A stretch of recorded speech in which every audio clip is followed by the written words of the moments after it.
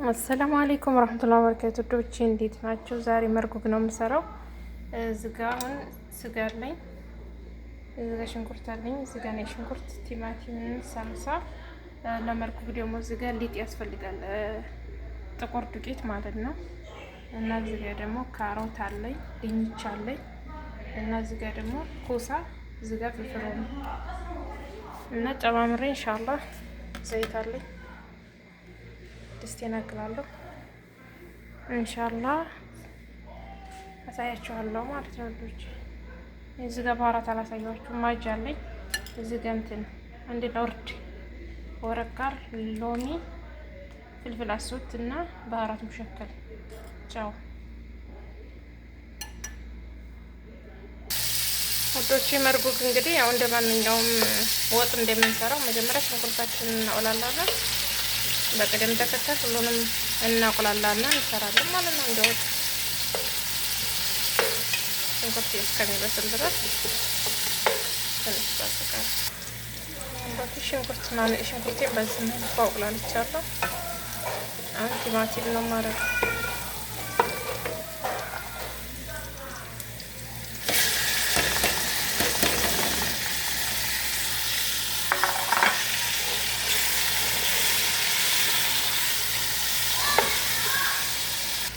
ወዶቼ። በዚህ መልኩ ቅመሞችን ማርጃለሁ። ሳልሳ ማርጄ ጨርሻለሁ። አሁን ስጋዬን ነው ማረገው። ስጋዬን አብሬ ሽታ አድርጌ አቁላላለሁ። ከዛ ሙቋ ነው መጨረሻ የምጨምረው ማለት ነው።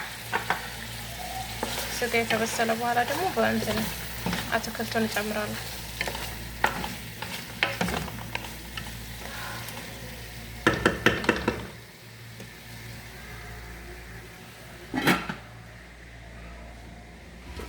አትክልቴን መጨረሻ ላይ ጨምራለሁ ማለት ነው። ይሄ ሊጡ የሚቦካው በጨውና በውሃ ብቻ ነው። ምንም ነገር አይደረግበትም። እንደዚህ ደረቅ አድርጋችሁ ታቦኩትና ከዛ እንዴት እንደሚደረግ አሳያችኋለሁ መጨረሻ ላይ ወዶቼ። ሊጡም በዚህ መልኩ ነው የምታዘጋጁት እንትኑ ማለት ነው። እንደዚህ በስሱ ነው የምትፈርዱት። እንደዚህ ዱቄት እያደረጋችሁ እንዳይያዝባችሁ።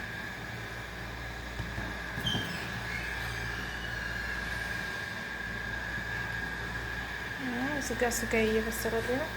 ስጋ የተበሰለ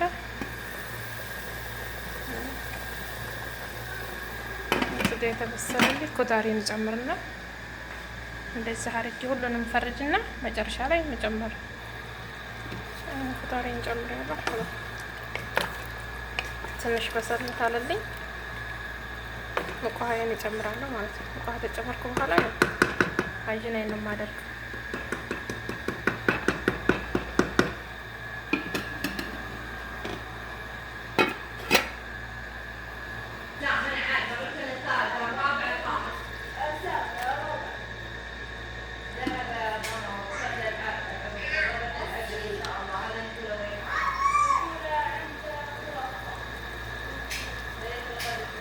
በዚህ መልኩ ነው የምናደርገው።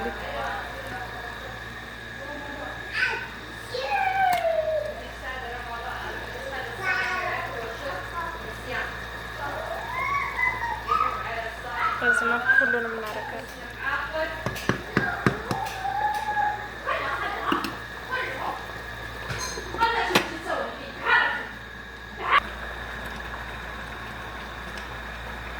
በዚህ መልኩ ማለት ነው።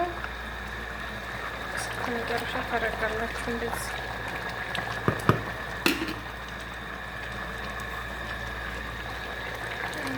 ታደርጋላችሁ።